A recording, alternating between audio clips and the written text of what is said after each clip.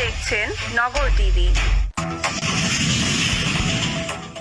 জেলা বিএনপির আহ্বায়ক ও নবীনগর উপজেলা বিএনপি সভাপতি অ্যাডভোকেট আব্দুল মান্নানের সাংবাদিকদের সাথে মতবিনিময়।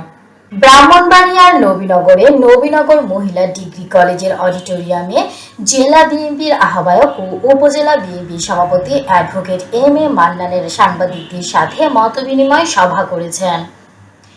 নবীনগর প্রেস ক্লাবের সভাপতি শ্যামাপ্রসাদ চক্রবর্তী শ্যামলীর সভাপতিত্বে নবীনগর প্রেস ক্লাবের সাধারণ সম্পাদক সাইদুল আলম শোরাফের সঞ্চালনায় এতে উপস্থিত ছিলেন জেলা ও উপজেলা বিএনপির অঙ্গ সংগঠনের নেতাকর্মীরা।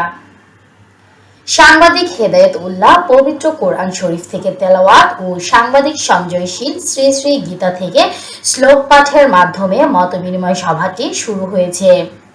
এতে শুভেচ্ছা বক্তব্য দেন পৌর বিএনপি সাবেক সভাপতি ও সাবেক পৌর প্রশাসক মোহাম্মদ মলাই মিয়া, পৌর বিএনপি সভাপতি ওবায়দুল হক লিটন, পৌর বিএনপি সাধারণ সম্পাদক মাসুদ রানা, সাংগঠনিক সম্পাদক শুকুর খান, উপজেলা বিএনপি সাংগঠনিক সম্পাদক আশরাফ হোসেন রাজু, কৃষক দলের আহ্বায়ক মোবারক হোসেন দুলু, উপজেলা বিএনপির মহিলা বিএনপির আহ্বায়ক প্রফেসর লাইলা ইসলাম, দেলোয়ার হোসেন সোহেল সহ অন্যান্যরা।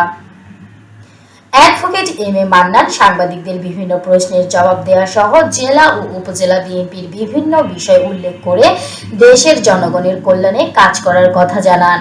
এ সময় উপজেলার প্রিন্ট ও অনলাইন মিডিয়ার সংবাদকর্মীরা উপস্থিত ছিলেন।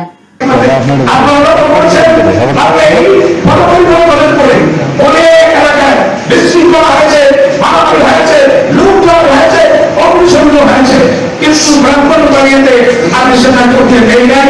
আমার প্রচেষ্টায়, আমার নেতা কর্মীদের প্রচেষ্টায় আমরা চেষ্টা করছি যাতে অন্যায় এমন কিছু করা হয়, এমন কোথাও অগ্নিসংযোগ করা না হয়, এবং আমাদের কারো কাছে কারো বাড়িতে যাতে আক্রমণ করা না হয়, অনেক হিংসা করা হয়, কাউকে যেন কোনো হিংসা তাদের জন্য কোনো ব্যবহার করা না হয়, এবং আমাদের যে সংখ্যালঘু সম্প্রদায় আছে তাদের উপরে যাতে অন্যায় করে অন্যায় কোনো আচরণ করতে না পারে আমরা তার ব্যবস্থা করছি। আমাদের নেতা আমাকে দিয়েছে যে দ্রুত গ্রহণ করো, আমরা যাতে আমাদের ঋণের উপরে কোনো প্রত্যাহার না আসতে পারে। নবীন একটি ষড়যন্ত্র, রাষ্ট্রপতি দেশ নবীন একটি ষড়যন্ত্রে লিপ্ত, ষড়যন্ত্র করে আমাদের আপত্তি নষ্ট করার জন্য চক্রান্ত করছে। সেজন্য আমি ব্রাহ্মণবাড়িয়া জেলা সদস্য, ব্রাহ্মণবাড়িয়া যতগুলি উপজেলা আছে সবগুলি উপজেলায় আমি বাইকিং করিয়েছি।